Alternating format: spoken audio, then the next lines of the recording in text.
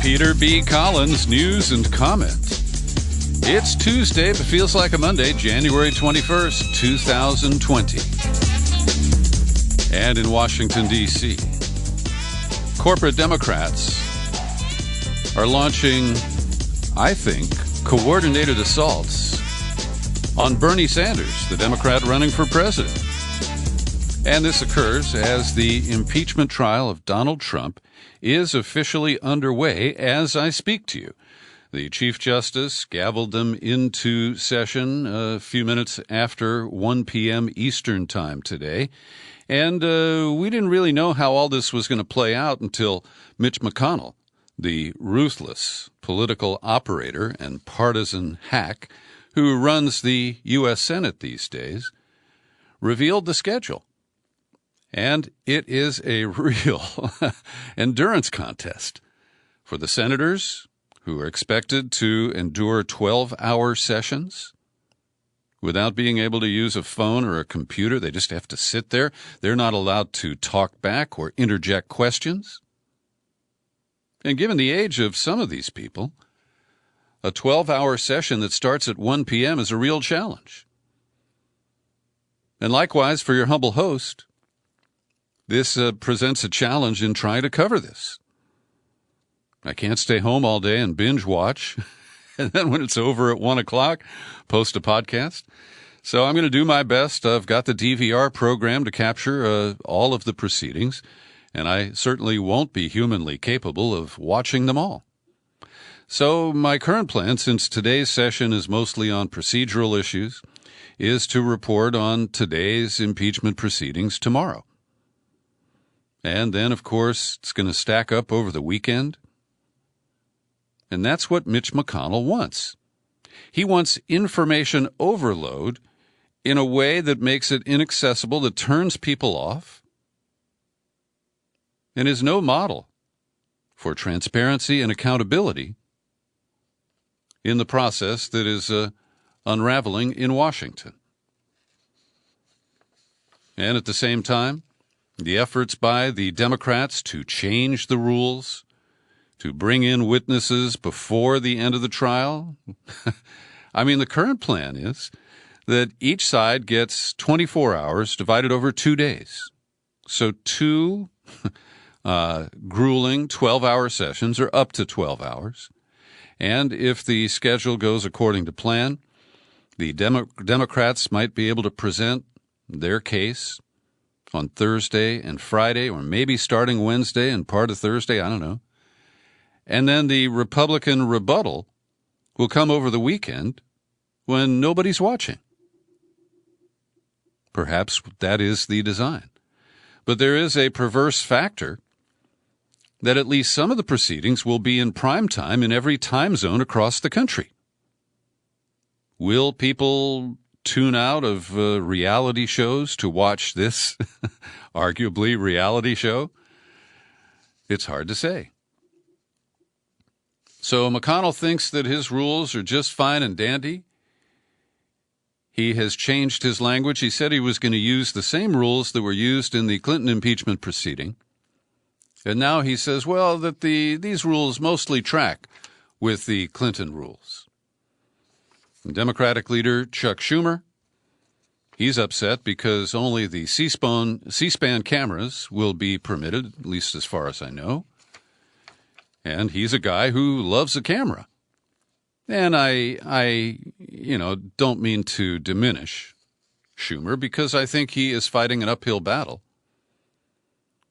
to really promote a fair trial and one that is accessible to the American people. He called the Republicans' plan part of a cover-up and a national disgrace, and said he will move to amend the current rules resolution to mirror the one that was actually used during the Clinton impeachment. So it's clear that McConnell thinks they can rush this, that he has enough votes to keep his rules in place. And the way this will work is if witnesses and evidence are permitted, it will come after the 16 hours of questions by senators, which is supposed to happen early next week. Now, if somehow the Democrats prevail and McConnell is forced to invite witnesses to admit either the evidence from the House record and or additional evidence that has surfaced, like the GAO report calling the president's withholding of aid to Ukraine a violation of the law.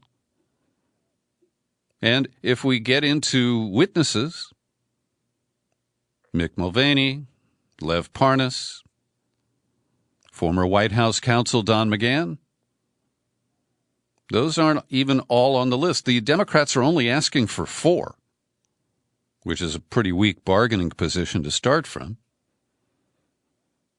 And polls show that the vast majority of Americans want witnesses, but many of those are Republicans who want Joe and Hunter Biden to be a part of this impeachment process. And so after the senators get their questions answered, then they will vote on whether witnesses and testimony, evidence, will be admissible. And it's possible that many of the Republicans who controlled the Senate may just decide, what do we need evidence and witnesses for? We're going to do what everybody has expected us to do from the get-go, and we are going to flush this as quickly as we can. Now, Democrats hope that the bad taste that's left behind by that will help them convert some Republican Senate seats to Democrat in the fall. But it will likely produce a claim of vindication by a president who I think is guilty of the alleged crimes and more. And who knows how that will play in divided America. Brian Schatz, the senator from Hawaii, a Democrat, is urging people to flood the Senate switchboard with calls demanding that senators allow new witnesses and evidence. And so let's take him up on that. I'm dialing 202-224-3121. I also want to ask for a secret ballot. As we discussed with Ron Fine in our podcast about impeachment released last Friday. Thank you for calling the United States Capitol. Oh, my To be pleasure. connected to your senator's office, press or say 1. To be connected to your representative, press or say 2. Press or say 0 to continue to... Let's see, I'm pressing 1. Do I get Harris or Feinstein? You have reached the United States Senate. Please speak your state or enter your zip code. California. You have entered California. If this is correct, press or say 1. If not, press or say 1 for Senator Kamala Harris. Press or say 2 for Senator Dianne Feinstein. Press. I wonder how Kamala got to Hi, be first. this is Kamala Harris. Hey, babe. Thank you for calling my Senate office in Washington, D.C. Yeah? If you would like to leave a message to share your opinion about an issue, press 1. If you need general information about our office, press 2. If you would like to speak with a member of my staff, please press 3, and someone will be with you as soon Let's as... see how quick they get on the line here. Talking to other This constituents. is Senator Kamala Harris. Thank you for calling my Washington, D.C. office. Well, Because some... I don't have time to hold on there, Senator. Anyway, you can follow my example. The reason I ask for a secret ballot is that it's an interesting strategy which would allow Republican senators to vote to remove the president, to vote for witnesses without becoming a Twitter target. The arguments from the dream team of hypocritical lawyers that Trump has assembled, including the hypocrite Alan Dershowitz, who said that you didn't require a crime to conduct the impeachment of Bill Clinton, but you do need a crime, an ordinary crime, to pursue the impeachment of Trump. And then there's Ken Starr, who was president of Baylor and overlooked a sexual scandal on campus. He's an opportunist who drove the Clinton impeachment from Whitewater all the way through to Monica Lewinsky. But Trump likes these names that his TV viewers will recognize. So they're arguing that even if he did abuse his powers in an attempt to bully Ukraine into interfering in the election this year, it would not matter because the House never accused him of committing an ordinary crime. Now, this argument could have been prevented had they included the Michael Cohen crime, the cover-up hush money paid to the alleged mistresses of Donald Trump. So they trotted out Frank Bowman, the New York Times does, University of Missouri law professor. This argument is constitutional nonsense. The almost universal consensus has been that criminal conduct is not required for impeachment. And so, fundamentally, the Trump team attacks the process. They falsely claim that the hearings in the House were rigged, ignoring that the only extent to which they were rigged was that Trump didn't allow people to testify, didn't allow documents to be examined. And back in 1998, Alan Dershowitz said, it certainly doesn't have to be a crime if you have somebody who completely corrupts the office of president and abuses trust and poses great danger to our liberty. We don't need a technical crime. In addition, the Trump brief confirms, this is the response from the House impeachment managers, the prosecution, if you will. Trump's brief confirms that his misconduct is indefensible. Trump's lengthy brief to the Senate is heavy on rhetoric and procedural grievances, but entirely lacks a legitimate defense of his misconduct. It is clear from his response that Trump would rather discuss anything other than what he actually did. Another quote from Senator Chuck Schumer, that this expedited timeline that McConnell has crammed on them will result in a rush trial with little evidence in the dark of night, literally in the dark of night. Schumer continued, we are staring down an erosion of the sacred democratic principles for which our founders fought a bloody war of independence. McConnell rules seem to be designed by Trump for President Trump. It asks that the Senate rushed through as fast as possible and makes getting evidence as hard as possible. Now, one of the other things is if the trial extends longer than McConnell has allowed,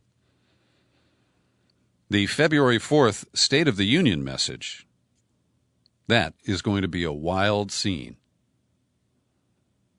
Mitch McConnell reiterated his view that senators shouldn't decide about hearing witnesses and admitting documents till after they've heard opening arguments from the impeachment managers and Trump's lawyers and have had an opportunity to ask their questions. And if, as I mentioned, those who demand witnesses prevail, it will likely extend the trial quite a bit. One of the issues raised by the House impeachment managers is the role that White House counsel Pat Cipollone, or is it Cipollone, I don't know, is playing. Because as White House counsel, he was well aware of the Ukraine scheme. And we know that John Bolton sent Fiona Hill to the counsel's office to try to separate Bolton from these, sneaky proceedings and the Rudy Giuliani team. And it is amazing that when you look at the legal arguments that are being made, that the Republicans just blow right past the whole Rudy Giuliani thing, Lev Parnas and Igor Fruman serving as American ambassadors of threat and bully. And so it goes. Meanwhile, Trump has sallied forth to Davos, Switzerland, where he is basking in the oligarch love that he desperately seeks. They wouldn't give it to him before he became president. And it was more subdued than his mob rallies. He didn't chant "lock her up," but he made inflated claims about his role in the global economic recovery and the general scene here in the United States, and patted himself on the back without apparently injuring either arm. Every day I pause for a moment to thank the people who support my work here at the Peter B. Collins Podcast with your subscriptions. Great people like Joe Carson, Margaret Anderson, Susan Lewis, and Alice Carlson. I invite you to join their ranks. Just drop in at peterbcollins.com. You click on menu, then you click on Become a Subscriber. You hit the sign-up page, and in a couple of minutes, you can choose a level of support that's comfortable for you. And if you don't like to use PayPal, you have options. You can correspond with me at my P.O. Box, number 150-660, San Rafael, California, 94915. Well, I reviewed, it was 17 different reports on the kerfuffle that started in the debate last week, actually before, when Elizabeth Warren has claimed that Bernie Sanders said that she couldn't win, and then he's being called a liar for denying that he ever said it. Well, yesterday, the major Democratic candidates were all in Columbia, South Carolina, for a march honoring Martin Luther King Jr. And the photo that's all over the place shows Bernie and Betsy arm in arm, locked, and Warren is next to Klobuchar, who is next to Biden, and it is this picture of unity. But behind that picture, the knives are out, they're being inserted and twisted. And I've tried to create a narrative here that you can follow between all these different attacks, which may or may not be coordinated, but it sure looks like it to me. So let's start with Paul Krugman.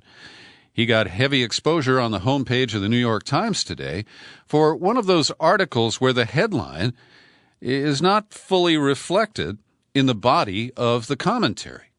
So the headline is really nasty. Biden, Sanders, Social Security, and smears. Lying about a rival is bad, even if you don't like his past positions. So there are two issues related to the Sanders campaign use of videos where Joe Biden is heard talking about cutting Social Security. Now, one of them is from 2018, and the argument is that Biden was mimicking or mocking Paul Ryan, who was his VP opponent in 2012, and Ryan wanted to cut Social Security. Well, first they accused the Sanders campaign of doctoring the video. But it's not doctored. It may be out of context. And the context doesn't include that Biden was doing a send-up of Paul Ryan. But there are other videos that are out there that are older that are very clear that over a 20 or 30-year period, Joe Biden has frequently advocated for cutting Social Security. He offered it as a badge of his centrist leadership, that he could do something that would hurt his constituents. And the record of that is very clear. This piece from 2018, I will acknowledge, is less clear. But in the article, we have Paul Krugman first calling Sanders and his campaign Trumpian. Biden deserves an apology now, and Sanders probably needs to find better aides. This is no excuse for the Sanders camp. It would be good to have Biden explain why, in the more distant past, he went along with the Beltway consensus that Social Security needed to be pared back.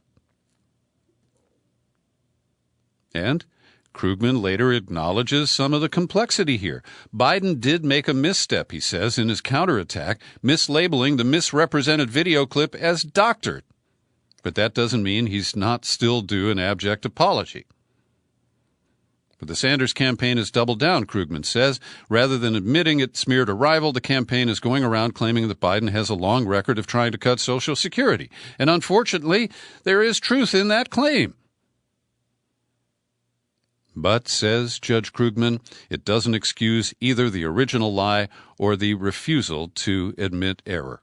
So if you read the whole Krugman piece, it's fairly balanced. He says that Biden has advocated for Social Security cuts, but that this one from 2018 didn't reflect that. And in the end, he writes, I don't want to go overboard here. While there is a Trumpian feel to some of what we're seeing from the Sanders campaign, Bernie Sanders is no Donald Trump. There are some real issues with the people surrounding him, but they're nothing like Trump's gang of thugs. And in practice, a Sanders presidency like a Biden presidency would be a vast improvement, morally as well as substantively. So the column, I think, was somewhat balanced, but the headline was not. And I've got another example of that coming up in a couple of minutes. So Sanders did apologize to Joe Biden and the Biden campaign today for another issue. And this is an op-ed that was published on Monday, yesterday, in The Guardian, under the byline of Zephyr Teachout, who's fairly well known in New York State. She ran for Attorney General. And I don't believe that Bernie has anything to apologize for here. But he did so, saying that Joe Biden is a friend of mine and I don't want to attack him. And what's interesting is, critics, it says here in the HuffPost article, notice the timing of the piece's publication the day before the Senate is scheduled to kick off its impeachment trial, which largely focuses on Trump's efforts to get Ukraine to investigate Biden. But Zephyr Teachout wasn't calling Biden corrupt for anything to do with Ukraine. There is no mention of the word Ukraine in her entire piece. Now, I've linked to her article, and you are free to read it for yourselves. What she says is, Biden has a big corruption problem, and it makes him a weak candidate. I know it seems crazy, but a lot of the voters we need, independents and people who might stay home, will look at Biden and Trump and say, they're all dirty. And again, this is a case where people don't click and read the article. They just confirm their bias from the brief headlines in social media. So Teachout's complaints about Biden are that he carried the bankruptcy bill. He's always been a supporter of his home state credit card industry. On April 25th, the day he announced his campaign, Biden went straight to a fundraiser co-hosted by the chief executive of a major health insurance company. And on climate change, Biden signed a pledge not to take money from the fossil fuel industry and then broke his promise. Those are her three complaints. And for that, she says he has a corruption problem. She didn't accuse him of a crime, just that he represents himself as the greatest fighter for the middle class when he's actually selling the middle class down the river to please his corporate funders and friends. I think it's a very legitimate attack, if you will, based on issues from the Sanders campaign to the Biden campaign. So then comes Hillary Clinton. She taped an interview about a month ago where she just hammered Bernie Sanders. It is a 4-part Hulu documentary called Hillary, and that's why the Hollywood Reporter had the scoop. They sent a reporter from the Hollywood Reporter to ask Hillary Clinton if comments that she made in 2016 about Sanders are still accurate. Quote, he was in Congress for years. He had one senator support him. Nobody likes him. Nobody wants to work with him. He got nothing done. He was a career politician. It's just all baloney, and I feel so bad that people got sucked into it. And asked if her assessment still stands, she says, yes, it does. So much for that unity photo from Columbia, South Carolina. Clinton also criticized the culture around Sanders, and she declined to say if she would endorse him if he becomes the Democratic nominee. Now, Bernie declined to go for tit for tat.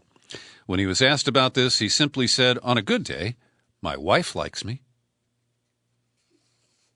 Now, this gratuitous attack by the discredited candidate who used the superdelegates and all of her accumulated influence, including the ability to intimidate people like Elizabeth Warren, who didn't want to offend the Clintons by endorsing Bernie Sanders in 2016. And they repeat the claim to fan the flames that have not been quelled since 2016, that Sanders had criticized her in the 2016 primary as being unqualified. Now, it was a poor choice of word, but he was citing her vote for the war in Iraq, her fundraising methods, her support for trade agreements. And at the time, I counseled that he should have used the word disqualified. And, of course, Hillary Clinton had to attack the so-called Bernie bros, and she appeared to do so with relish. So there's quite a bit of comment on this. Let's first turn to Peter Dow and Leila Dow, husband and wife, who both worked on the Clinton campaigns going back to 2006. when she was gearing up to run for president the first time. And they write, in the intervening years, we have very publicly reconsidered the single-minded intensity of our Clinton advocacy and apologized for exacerbating divisions between Clinton and Sanders voters. We have come to realize the extent to which the term Bernie Bro marginalizes and erases the voices of millions of people of color and women who are part of the Sanders-inspired Not Me, Us movement. They go on. Here's the irony. As we begin to embrace me, not us, and express support for Sanders, a cadre of Sanders haters began trolling and harassing us with the same venom that they attribute to the so-called Bernie Bros. They impugned our motives and character, called us traitors and sellouts, mobbed our Twitter threads. It was a disconcerting awakening to the hypocrisy of those who slam Sanders supporters as a bunch of sexist young white males, then engage in identical behavior to those they criticize. The lesson, they say, is unmistakable. They're angry and obnoxious supporters of all candidates. And I will add that those who really took low blows against Elizabeth Warren don't reflect my views or my commentary. Later, they write, for Clinton to come out rhetorical guns blazing against Sanders weeks before primary voting begins reflects misplaced priorities on the part of the Clinton camp and an unfortunate willingness to amplify destructive myths about Sanders and his supporters. Moreover, Clinton implies there's some equivalence between Sanders and Trump, saying we want hopefully to elect a president who's going to try to bring us together and not either turn a blind eye or actually reward the kind of insulting, attacking, demeaning, degrading behavior that we've seen from this current administration. I think that is powerful testimony. And over at BuzzFeed, they sent a reporter to New Hampshire who quotes a series of Bernie Sanders reporters essentially saying, this only hardens my support and doubles my intensity for trying to win for Bernie. Now, Sanders did make some comments to New Hampshire NPR on Sunday, I believe. And I have to say that the soundbite that comes out of it is unhelpful to Bernie. When you look at the full comment, it's not as bad. And before I read this, I just want to say that I defended Hillary Clinton in 2016 when she was hammered for the taken out of context quote about Trump's deplorable followers.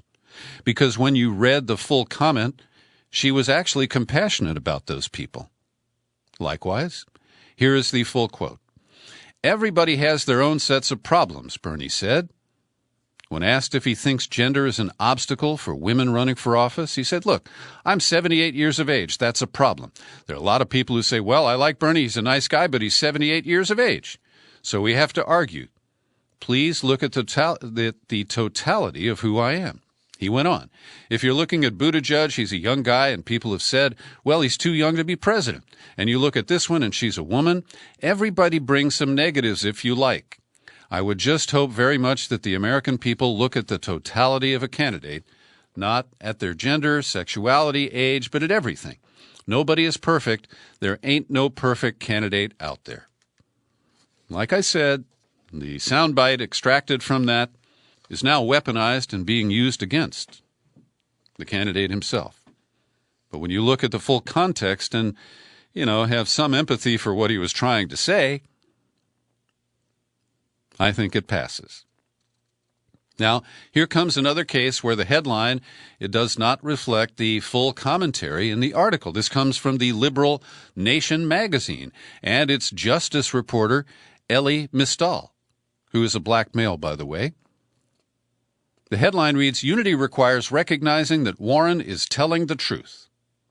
The subhead, at the same time, tolerance must allow that Sanders isn't lying. And Elie Mystal uses his feelings as proof of bias.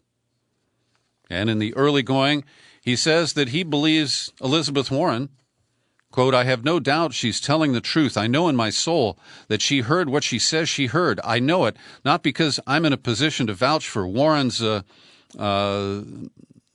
character. I know it not because I have access to a Ouija board. I know it because I'm a black person, an other, and I've been living in a white man's world for 41 years and counting. People say hurtful things all the time. Often they don't mean it. Language is an imperfect tool. But when you're an other, when you're a minority or part of a disadvantaged group, you notice the hurts. You notice them because you always have to assess where the hateful comment lands on the spectrum between inelegant to actively dangerous. Now, he's entitled to his feelings, but they are no proof of who said what, and because nobody else was in the room, and it truly is one person against the other. But in his mild defense of Sanders, everything that Warren says happened tracks with my own experience of how one deals with these things. Warren says she disagreed in real time. Remember, folks, if you think Warren is lying, not only do you have to believe she made up something Sanders said whole cloth, you also have to believe that she made up her entire reaction to the event. Then he writes, Sanders straight up said that she didn't say it. The anger is very familiar to me. Well, let us allow that they had a conversation about the challenges a woman would face running against Trump. Maybe what Sanders said was interpreted by Warren that he was telling her she couldn't win. And Ellie goes on to say, I'm not surprised Warren didn't shake Sanders' hand. I'm surprised she didn't break it off and try to hit him with it. So then he goes on to write that after he apologized to his wife for a bad joke that was 24 years ago, he closes by saying, I'm not going to slam Bernie Sanders for getting his back up in the middle of a contested primary when the first ballots will be cast in a couple of weeks. Sanders has a solid record of supporting and promoting women candidates. That I care about. He also seems like a prickly pear. That I care less about. I'm not voting for a president based on their emotional intelligence unless Oprah gets in the race. But he's written this column based on his own so-called emotional intelligence. And the final here, I don't need for Bernie Sanders to remember every time he unintentionally, I believe, hurt someone's feelings. But I do need for Elizabeth Warren to be able to tell her truth, and what I believe is the truth, without people calling her a liar, a snake, or some hysterical witch who spends her downtime boiling up problems for men. Ellie Mistal, I'm sorry. You fail to acknowledge the timing of this and how she surfaced this through a leak at CNN that popped up in the debate. And I just reject the arguments he makes there. Then over the weekend, Joy Reid on MSDNC, she hit a new low. She called in a body language expert, a woman whose name is Janine Driver. And the expert concluded, his shoulders come up like a little kid getting caught, adding that Sanders was trying to hide in plain sight. He starts with well. Liars like to start with well, she said. And Reid strongly agreed.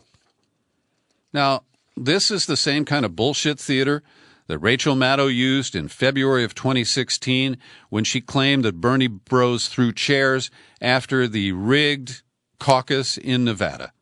And Barbara Boxer was the manager of that caucus or moderator of it, and it was not a fair caucus. And when people exploded, they reported that somebody had thrown a chair.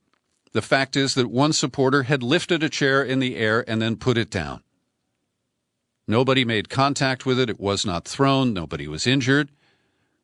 And Rachel Maddow didn't bring out a body language expert. She used footage from a World Wrestling Entertainment or World Wrestling Federation TV show where they brought in folding chairs for the wrestlers to throw at each other. This is so insulting. And I'll mention that Glenn Greenwald has been tracking Joy Reid and demanding an apology from her for her phony claim that Russian hackers inserted homophobic posts on her blog that were backdated. And speaking of Glenn, He is now being accused as being part of a criminal organization by the government of Brazil, the right-wing Bolsonaro government, and they are threatening, well, in fact, they have charged him with cybercrimes for his role in spreading cell phone messages that embarrass prosecutors and undermined their anti-corruption task force in the car wash scandal in Brazil. Here's another piece for you to consider. It comes from a conservative columnist at the conservative Boston Herald. But this is their view of Elizabeth Warren. And the author here, Michael Graham, in part writes, Bernie Sanders isn't a liar, at least not outside the accepted parameters of American politics. He doesn't even lie about the stuff he should lie about, like his gazillion-dollar middle-class tax-hiking union health plan killing Medicare for all. Now compare Bernie's unvarnished truth-telling to Liz Warren's record.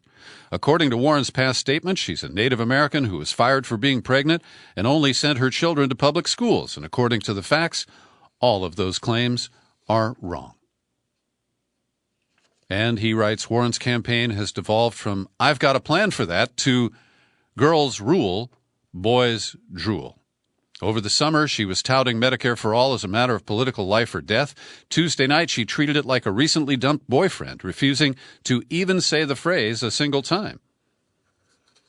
Warren is lying, he concludes. Trashing Bernie is a desperate bid to get his women supporters to save her sinking campaign.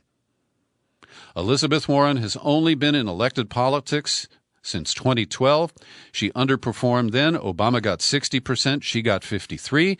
And in 2018, when she ran for re-election, she underperformed. I don't have the numbers on that. Now, this surprised me. Chris Cillizza, corporate pundit at CNN, he says, he quotes Hillary's comments from the film and says, "Whoa, boy, tell us how you really feel, Hillary. The truth-telling by Clinton, this truth-telling will draw huge headlines. And that is very, very good news for Bernie Sanders," Cillizza says. Sanders is running this 2020 campaign as he did in 2016 on a simple premise. The powerful have been sitting comfortable for way too long, and it's time to shake things up. Sanders was vilifying the elites in the political establishment long before Trump even started considering running for president. This is who Sanders is. It's who he's always been. It's at the core of why people support him and why he's been able to build a movement around his back-to-back presidential candidates. Guess who, for lots and lots of Sanders supporters and even other Democrats who don't support him, epitomizes that elite establishment? The Clintons. Hillary Clinton, her friendliness with Wall Street, well-heeled donors, always irked Sanders and his backers all the way back to 2016. For Clinton to attack Sanders as friendless and ineffective, and to do so with the Iowa caucus just 13 days away, affirms to Sanders' backers that everything he's been running against within the Democratic Party is still out there and still doesn't like him. That it is coming from Clinton, who not only represents the dynastic streak within Democratic politics that many within the grassroots reject, but who also lost what everyone assumed was to be a sure-thing victory over Trump in 2016, makes this even more powerful for Sanders. Oh, and here's in the stack where I get to the quotes from New Hampshire voters. No surprises here, so I'll save you a minute. Now, this is interesting. The New York Times disclosed in a Sunday article how Trump and his allies are trying to drive a wedge between Nancy Pelosi and the Sanders campaign. Like this sympathetic tweet from Trump on Friday. They are rigging the election again against Bernie Sanders, just like last time, only even more obviously. Crazy Nancy gives the strong edge to sleepy Joe Biden, and Bernie is shut out. They're referring to Pelosi delaying the delivery of the articles of impeachment until the trial ended up officially starting today, and Sanders and the others can't campaign in Iowa. Well, the talking point was repeated by Kevin McCarthy, the barely literate House Majority Leader, appearing on Fox. This is the dirty little secret nobody's talking about. This benefits Joe Biden. This harms Senator Sanders, who is in first place. Now, I admit this does block Bernie. He had planned to fly on a private jet to a campaign rally in Iowa on Wednesday night, and Mitch McConnell's scheduling past midnight will prevent that. But it also blocks Warren, Klobuchar, and what's his name, Michael Bennet from Colorado, from doing any campaigning. So the coup de grace today is a column from Jennifer Rubin at the Washington Post. And in my view, she summarizes the Swiftboat attacks on Bernie Sanders. And I use Swiftboat intentionally. John Kerry was attacked by the Swiftboaters and Karl Rove using a dark money super PAC in 2004 on his strongest point, being a Vietnam veteran who came back and testified against the war. So Rubin writes, Hillary Clinton's searing put-down of Bernie Sanders could not have come at a more opportune time for opponents, especially Elizabeth Warren. Then she quotes the comment about he has no friends, he got nothing done. The unqualified comment. Then she recites the claim that Sanders apologized to Joe Biden for the Zephyr teach-out op-ed. Then there's the Social Security video doctoring comment. And Rubin writes, what is clear is that simmering anger among centrist and progressive Democrats over what they see as Sanders' two-faced approach to politics, holier than thou on his own good intentions while savaging opponents through mean-spirited surrogates, has boiled over. Then she revisits 2016 and says that his refusal to drop out of the 2016 primary long after it became obvious that he couldn't win drives continuing animosity, when, in my view, the real problem was the bias of the superdelegates who had committed to Hillary Clinton before Sanders even entered the race, and they never changed their position. So her closer is, if Sanders is feeling the heat now, it's only because his critics and competitors are sick of giving him a free pass to present himself as an honest, pure idealist while playing Trumpian politics. Did she talk to Paul Krugman? Put differently, two women, Warren and now Clinton, have had enough of his thinly disguised misogyny. So this is just a package of smears. Jennifer Rubin feels comfortable using the term misogyny, which defines Trump, to smear his potential opponent. And finally, on the Sanders attack, I want to commend you to a 20-plus page article by Kevin Gostola of Shadowproof. He published it at Medium. I've linked to it in the show file. And it's a list of bad faith arguments that have been used against Bernie Sanders with appropriate refuting commentary. And I'll leave that for you to read at your leisure. Along with this potentially orchestrated attack on Bernie Sanders comes the endorsement, the twin endorsements of Democratic primary candidates by the New York Times. And they go through a long process. They published an insert, a tabloid insert in the Sunday paper of about 20 or 30 pages, profiling each of the candidates and their appearances before the holy editorial board of the Times. And you've probably heard they give twin endorsements of Elizabeth Warren and Amy Klobuchar after dismissing Bernie Sanders. He has spent nearly 4 decades advocating revolutionary change for a nation whose politics often move with glacial slowness and the approval of the Times. Quoting again, a career spent adjacent to the Democratic Party but not a part of it has allowed him to level trenchant criticism of a political party that often caters more to rich donors than to the middle class. Are they dinging him for that? Many of his ideas that were once labeled radical are now mainstream and may attract voters who helped elect Trump in 2016. But he's too old, his heart attack, his approach to politics, compromise is anathema. And so 3 years into the Trump administration, we see little advantage to exchanging one overpromising, divisive figure in Washington with another. Yep, they want to tell us how to think and what the acceptable parameters are of our political thinking.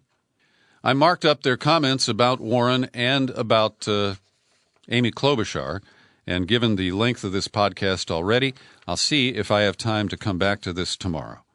A couple of quickies. Here in California, there's good news out of Oakland.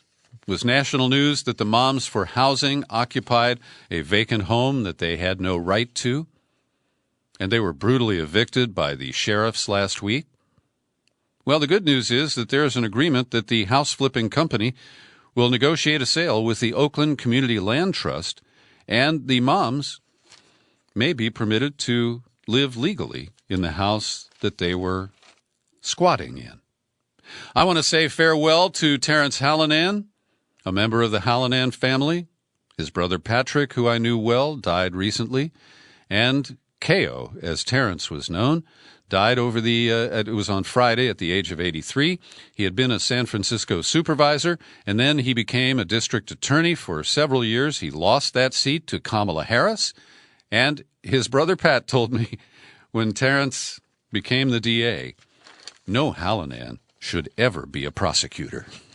And finally, I am perhaps America's lightest football fan, but even I couldn't resist watching the Santa Clara 49ers defeat the Green Bay Packers to head to the Super Bowl this year.